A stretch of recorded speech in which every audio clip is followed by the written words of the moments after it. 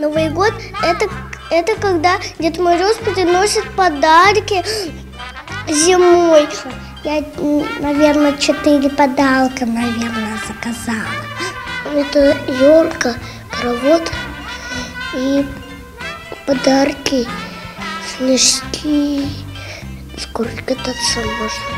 Мама шарики надувает, папа торт готовит. Это когда на елку наряжает.